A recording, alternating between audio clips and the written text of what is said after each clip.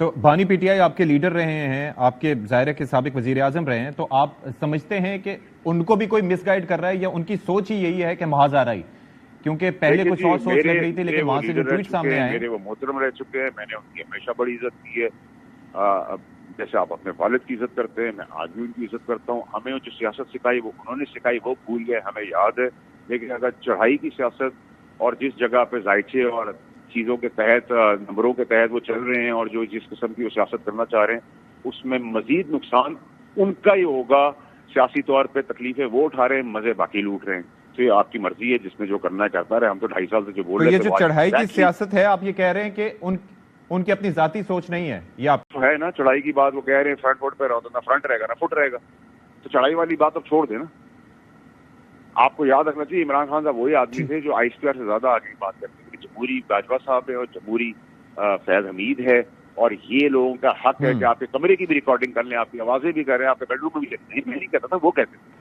تو میں ان کو وہی چیز یاد دلا رہا ہوں کہ ہمیں وہ سیاست یاد ہے کہ اپنی افواج کی عزت کرو، 10 قدم پیچھے اور 1 قدم آگے. ابھی بھی نہیں مانیں گے تو پھر مرضی ہے ان کی. تکلیفیں وہ اٹھا رہے ہیں، باقی تو سب مزے لوٹ رہے ہیں. تو آپ اس سچویشن میں کیا ہوتا ہوا دیکھ رہے ہیں؟ ایک تو جو ہوتا ڈسکوالیفیکیشن ہوا کی آپ نے دیکھ رہا ہوں، بات وہ آپ کی، کو بتا ایک رہا آپ ہوں، نے ویسے ہی بات کی ہوتا جا گورنر رہا ہے راج اور کی. اللہ کے حکم سے آگے ہی ویسے ہی ہوگا. نہیں تو ایک چیز، گورنر راج یا پھر ڈسکوالیفیکیشن؟ دونوں پاسبل ہے. ہائی کورٹ کا آرڈر ہے، کے پی کے نے مشینری یوز کی تو ڈسکوالیفیکیشن، تو ڈسکوالیفیکیشن سر پہ کھڑی ہوئی ہے، وہ کلوزسٹ ہے.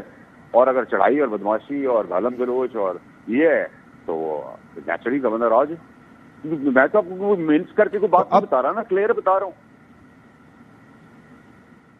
ہوں. اچھا، تو یہ ویسے نوٹیفیکیشن پہ بس ایک چیز مجھے بتا دیجیے گا. آپ تو سمری چلی گئی، سارا کچھ ہو گیا، لیکن آپ کی اپنی انڈرسٹینڈنگ کیا ہے؟ یہ جو کچھ ہے یہ اسی طریقے سے ہونا تھا اور خام خواہ میں اس کو ایشو بنایا گیا کہ ظاہر ہے کہ پورا ایک آفس کریٹ ہونا تھا؟ پہلی دفعہ ہو رہا تھا، پہلی دفعہ اپوائنٹمنٹ تھی، سیکریٹریٹ تھا، رول اینڈ ریگولیشن تھی، اپوائنٹمنٹس تھی، افسروں کی سلیکشن تھی، کوآرڈینیشن تھی، اس کے طریقہ کار تھے.